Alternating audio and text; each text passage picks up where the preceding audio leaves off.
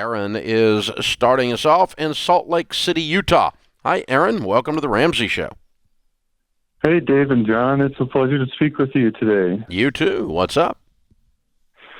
So my wife and I are getting really close to getting out of our student loan debt, and we're really looking forward to living the debt-free lifestyle. Cool. And we're just curious. We still have a couple credit cards open, and we just want to know like how that works in closing those down, and how long is the process it takes to basically get rid of your credit history and credit score. Well, your history will stay with you 7 years from the date of last activity on each item, 10 years if the item was a Chapter 7 bankruptcy. So if you close that credit card account, that account will show up for 7 years, but it'll get obviously progressively older.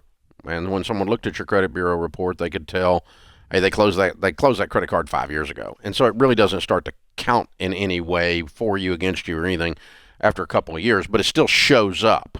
Now, that's the show up part. If you shut down every single account, you have no outstanding credit account of any kind, and they're all closed and zero balanced, about 6 months later, you will have no credit score.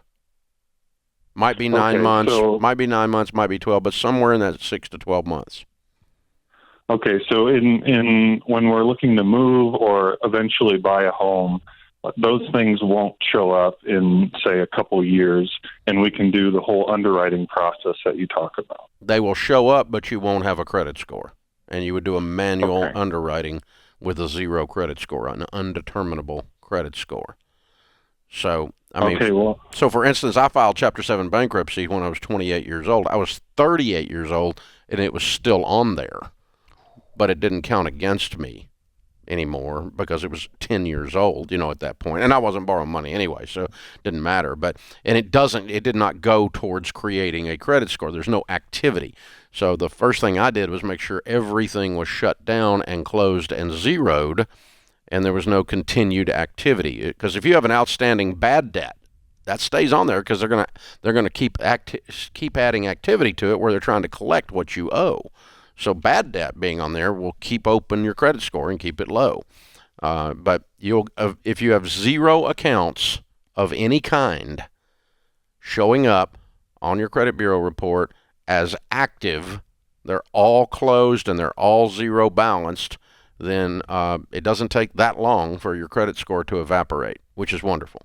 I've had some instances over the last few years where just maybe buying insurance or buying a cell phone, a lot of different companies are asking, hey, we just want you to know we're going to have to run a credit report on you. Mm-hmm. And I tell them I'm paying with cash. Like, yeah, but it's just part of the thing. And it seems like more and more that score, they want to know who they're dealing with. Well, they're trying to figure out if they can sell you something is part of what they're doing in some cases. Now, with insurance, insurance gets rated if you don't have a credit score.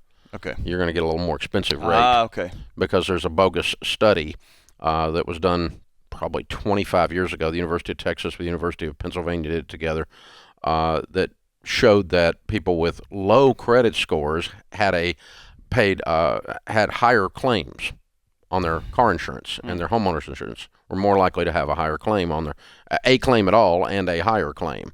What they didn't, the reason I call it bogus is, which does make sense because these are broke people. I was going to say that's bad. That's bad statistical fishing there. Well, the thing they left out, the reason I call it bogus is they left out the person with a zero credit score. Right. Which you would find someone like me almost never files a claim. Right. Because I've got tons of money I just pay cash and I just pay cash and I just fix the car or whatever it is. I mean, so if they had done the study a little bit more thoroughly, but I pay a higher car insurance rate because I have a zero credit score. Huh. That's fascinating. And so that's and it's just because it's a bad, the entire industry used it as an excuse to raise rates. So this bad study. Why would somebody in your net worth situation still carry car insurance? Well, you carry liability. Because you have to. Yeah. That's right, yeah. legally. Well, and it's inexpensive. The liability portion is. I actually carry full coverage anyway, because I drive expensive cars, and I just take care of it, and I've got what's called stated value. We're not going to negotiate about the value of the car. If it's gone, it's just gone, and you just write me that check. Gotcha. And that's a little more expensive too. So it's a super high deductible.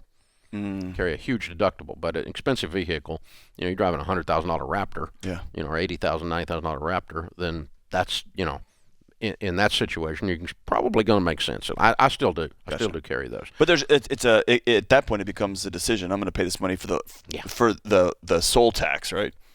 Yep. It's not worth thinking about it. It's just taken care of. I don't think about it. I like that. But the and the deductible, the high deductible makes the price reasonable. Yep. So run the deductible way up. But anyway, but on the cell phone, that's completely bogus. Yeah.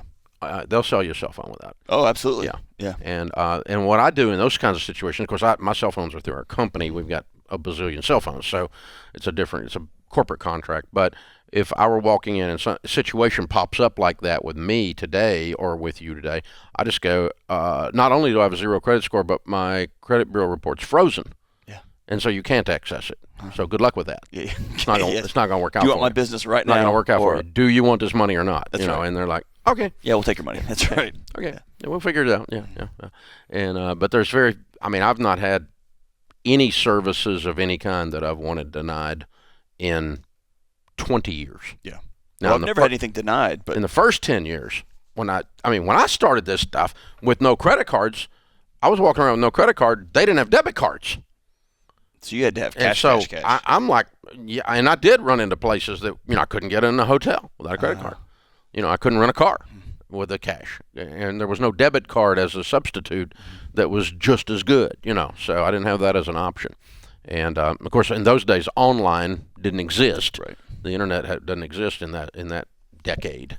So, but that it was interesting. I went to speak one time on people getting out of debt, and the company I was speaking for had reserved me a rental car. When I got off the airplane, they wouldn't let me have it. I had to call a cab.